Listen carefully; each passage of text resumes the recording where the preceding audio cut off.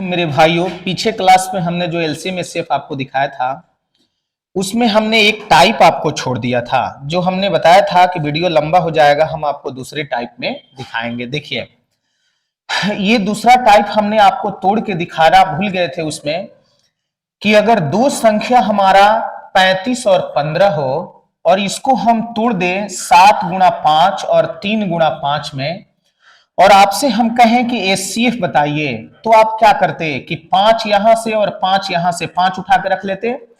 लेकिन यदि हम इसका एक अलग अलग नाम दे देते, जैसे अगर कह देते कि जो हमारा कॉमन है उसे हम लोग ए कहेंगे, जो हमारा अनकॉमन है उसे हम लोग एम, इस यहां पर एम कहेंगे और यहां एन कहेंगे। ये कोई जरूरी नहीं है कि हमने ए लिखा है तो आप भी ए ही लिखेंगे, या हमने ए मेन लिखा है तो आप भी ए मेन, P Q A B C D X Y जो मानना है मान लीजिए। क्योंकि क्लास में हमने ए मेन ए मान के बताया है, इसलिए हम यहां पर लिख दिए ताकि आपको क्लास और ऑनलाइन दोनों देखने में सुविधा हो। अब अगर आपसे एचसीएफ पूछा तो आप 5 के बदले नीचे जो ए लिखे हैं वो भी आप कह सकते हैं।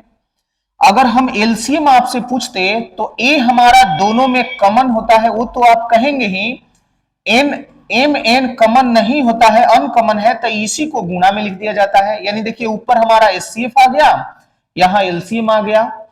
ऊपर हमने कहा कि ये दोनों संख्या का योग निकालिए, तो आप वो योग ना निकाल के ये वाला मान रख सकते हैं कि A M plus A N, तभी यहां से एक कॉमन होके ये फैक्टर में आपको दिखेगा एम प्लस एन।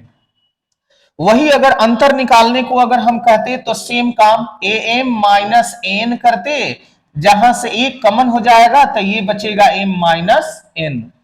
वही जब गुणा कहते तो ऊपर 35 गुणा 15 न करके नीचे वाला हम लोग गुणा करते, ए एम गुणा ए एन, तो ये हमारा बन जाता ए स्क्वायर एम एन। जब व्युत्क्रम के योग का बात आएगा तो व्युत्क्रम का मतलब होता है 1/35 है 1/15, तो 35 के लिए तो आपको ए एम लिखना है। अरे एम ए लिखिए चाहे ए एम लिखिए, एक ही बात है। तो बटा में आप लिखेंगे ए एम प्लस 1/में ए एन। जब इनका एलसीएम लेंगे तो ये हमारा बन जाएगा ए एम एन।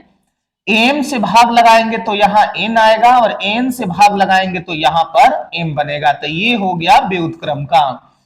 यही बार बार हम क्वेश्चन पे रखते हैं और हमारा क्वेश्चन आसानी से।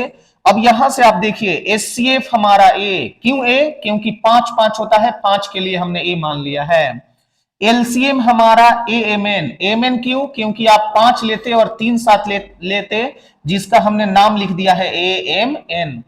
योग, दोनों संख्या जोड़ने के बजाय आपने एम और एन के रूप में लिखा है, तो देखिए जोड़ को ये कहा जाएगा, अंतर को ये कहा जाएगा, गुणनफल को ये कहा जाएगा और व्युत्क्रमों का योग ये कहा जाएगा। अगर इसको आप बढ़िया से देख लेंगे तो आगे देखिए क्वेश्चन कितना आसानी से बनने लगेगा। जैसे ये क्वेश्चन दिया गया है, जैसे ये क्वेश्चन दिया है, दो संख्याओं का गुणनफल 2160 है, यानी ए स्क्वायर एम एन आप लिखेंगे, ए स्क्वायर एम एन बराबर 2160, और महत्तम यानी ए का मान दिया है 12। तो पूछा है कुल कितने जोड़े हो सकते हैं। जोड़ा का मतलब एम एन के रूप में तोड़ना है, जोड़ा ही एम एन होता है। तो एम एन निकालने के लिए देखिए यहां 12 का स्क्वायर करेंगे तो 2160 बटा में 12 गुणा 12। जैसे ही आप इसे कटाएंगे तो देखिए 12 से ये हमारा कट जाएगा 180 बार में, जबकि ये 12 से कट गया 15 बार में।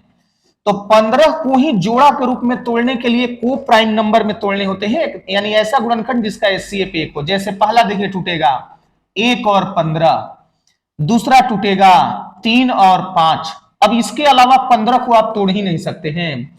तो देखा जाएगा कितने जोड़े में तोड़ा गया, तो 2 जोड़े में। तो हम लोग इसका आंसर दे देंगे कि कितना जोड़ा होगा, 2 जोड़ा। अगर 2 से ज्यादा टूटता तो हम लोग ज्यादा वाला आंसर देते, नहीं टूटने वाला नंबर होता जैसे 17 वगैरह, फिर भी 1 जोड़ा में टूटता है, क्योंकि अगर 17 ही अगर आ जाता तो हम लोग 117 लिख देते।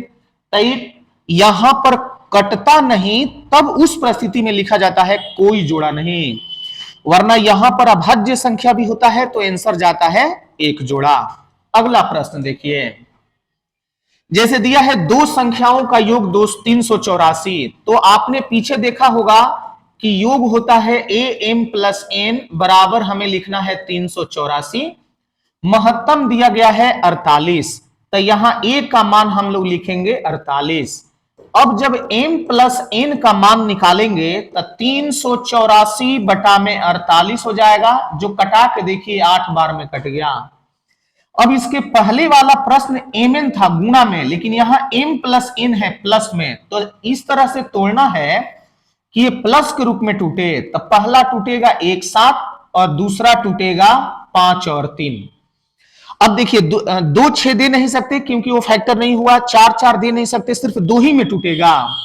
लेकिन आपसे देखिए प्रश्न पूछा है कि अंतर बताइए। जब आपको अंतर बताना है तो 1 और 7 के बीच का अंतर देखिएगा कितने का है, तो 6 का। 5 3 का अंतर 2 का। तो आपको क्या करना है, एक बार 6 गुणा 48 कर लेना है, एक बार 2 गुणा 48 कर देना है, क्योंकि ये दोनों हमारा अंतर ही कहलाएगा। जैसे ही इसको गुणा करेंगे तो 288 या इसको गुणा करेंगे तो 96, यही तो हमारा अंतर है। अब आपको ऑप्शन में देखना है कि कौन सा मान दिया गया है, तो ऑप्शन में आपका दिया गया है 288, तो हम 288, हम ऐसा नहीं कह रहे हैं कि ये जो 96 आया हो आंसर नहीं होगा, वो भी हो सकता है। अगर ऑप्शन में दिया रहता तो हम लोग 96 भी इसका आंसर देते। अगला देख लीजिए, दो संख्या का योग, फिर हमने लिखा, आप पीछे पलट के देखिए, ए एम प्लस एन का मान हमने लिखा है 36, क्योंकि ये योग है।